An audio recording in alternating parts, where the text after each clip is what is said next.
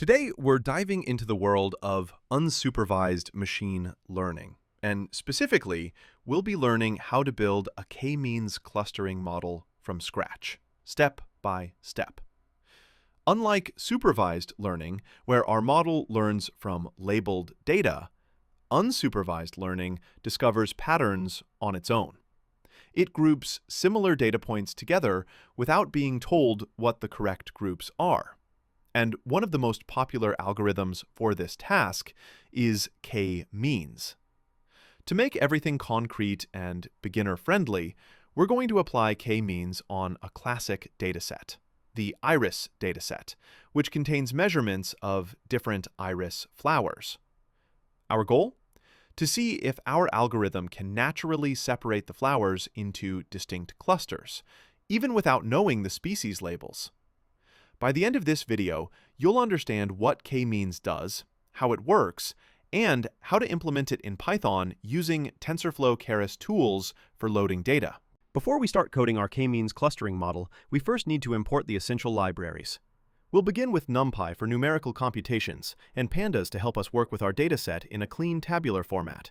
Next, we'll bring in Matplotlib and Seaborn. These will allow us to visualize our data and the clusters we create later on.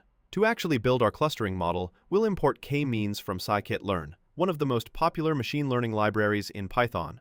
And since scaling features is an important step for many machine learning algorithms, we also import standard scalar, which will help us normalize our data. Finally, we'll load the classic iris dataset directly from scikit-learn. This dataset contains measurements of iris flowers, and we'll use it to train and evaluate our k-means model.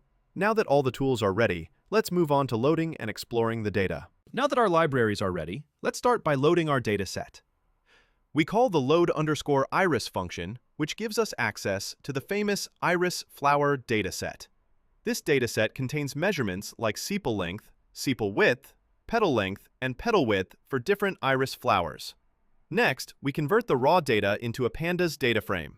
This step is important because data frames make it much easier to explore and visualize our data thanks to their clean, table-like structure. We pass in the dataset's values along with the feature names, so each column is clearly labeled. Finally, we print the first few rows using df.head. This allows us to quickly check the structure of our data and make sure everything was loaded correctly before we move forward. And as you can see, we now have a nicely formatted table containing 4 numerical features describing each iris flower. This will be the foundation for our clustering model. Before we move on, let's take a quick look at the structure of our data. First, we print the shape of the dataset. This tells us how many samples and features we have. In this case, we'll see 150 rows and 4 feature columns, meaning we have 150 flower samples and 4 measurements for each one. Next, we call df.describe, which generates a statistical summary of the dataset. This gives us useful information like the average value for each feature, the minimum and maximum values, and the standard deviation. These stats help us understand how the data is distributed and also check if things look consistent before we begin clustering. Before we build our k-means model, let's visualize the dataset. Data visualization is a powerful step because it helps us understand patterns and relationships that might exist in the data even before applying any algorithm. It gives us intuition, and in clustering problems, that's extremely helpful. Here, we're creating a pair plot, which shows scatter plots for every pair of features, along with histograms for each individual feature. This allows us to see how the different measurements, like sepal length, sepal width, petal length, and petal width, relate to one another. As the plots appear, notice how some groups start to naturally form in the data. Even without labels, we can already see that certain flowers cluster together. And that's exactly what we're going to take advantage of with the k-means algorithm. To get an even clearer sense of the data, let's look at a simple scatter plot focusing on just 2 features, petal length and petal width.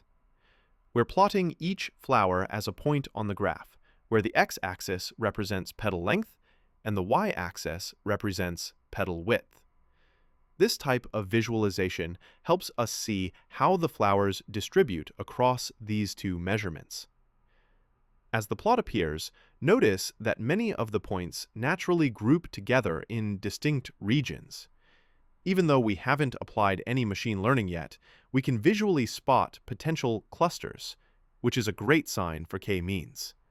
It suggests that the petal measurements alone carry strong information that can separate the flowers into meaningful groups. Before running k-means, we need to scale our features. Because k-means relies on distance, features with larger ranges can dominate the results. So we use a standard scaler to normalize all values, giving each feature the same importance. Once scaled, we convert the data back to a data frame and preview it to make sure everything looks correct. Before we run k-means, we need to decide how many clusters we want. That's our value of k. Choosing the right number is important. Too few clusters can hide important patterns, and too many can create unnecessary confusion. There are several ways to pick k, like the silhouette score or gap statistic, but one of the most popular and intuitive methods is the elbow method. The idea is simple.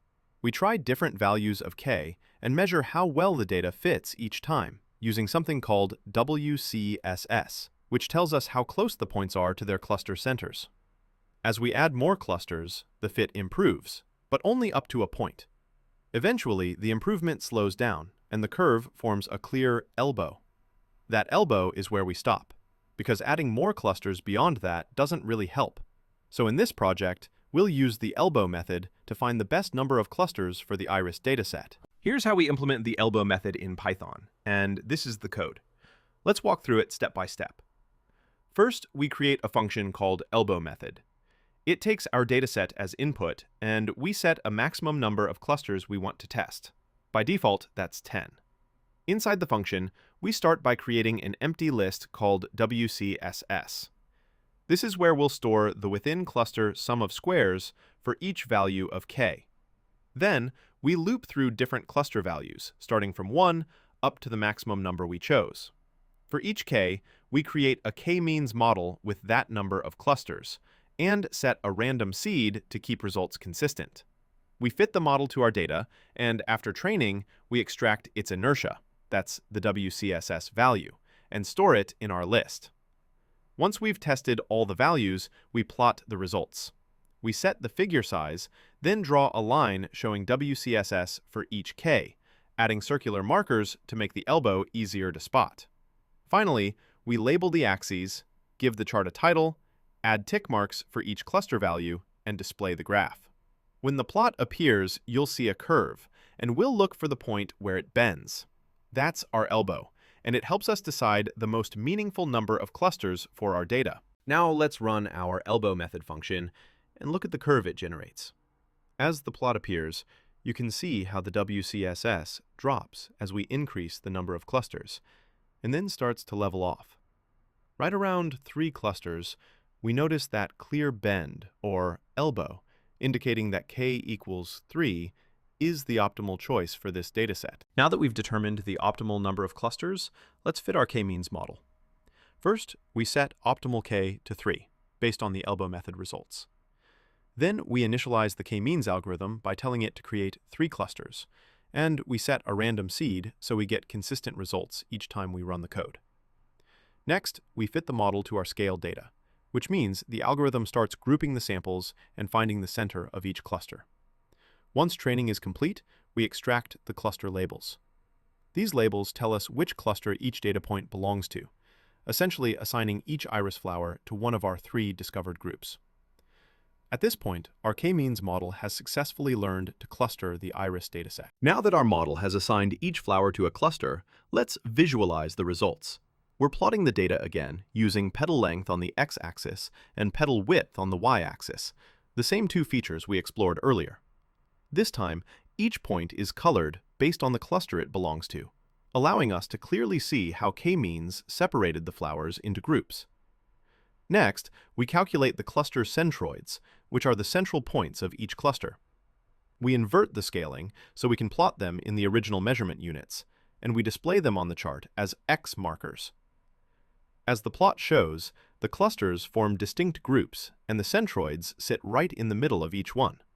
This gives us a great visual confirmation that k-means successfully identified meaningful patterns in the iris dataset. Now that we've visualized our clusters, let's evaluate how well k-means actually performed. One of the most reliable metrics for this is the silhouette score. The The silhouette score measures how well each point fits within its assigned cluster compared to other clusters. It ranges from -1 to 1, where values closer to 1 mean the clusters are well separated and clearly defined.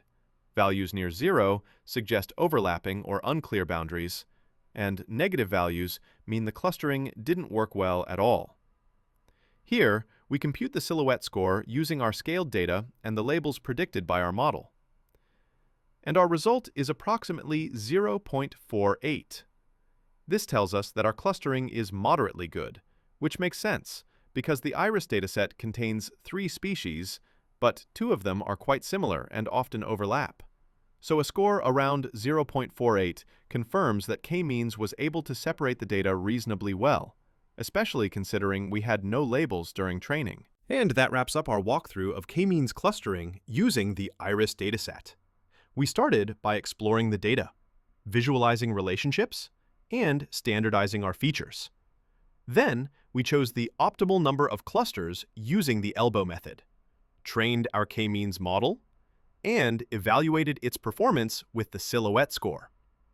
Finally, we compared our predicted clusters to the real species and saw how well unsupervised learning can uncover natural patterns, even without labels. If you enjoyed this tutorial and learned something new, don't forget to like, subscribe, and hit the notification bell so you never miss future machine learning lessons. And if you'd like to see more clustering algorithms or deep dive visuals with Manim animations, drop a comment below. I'd love to hear your ideas.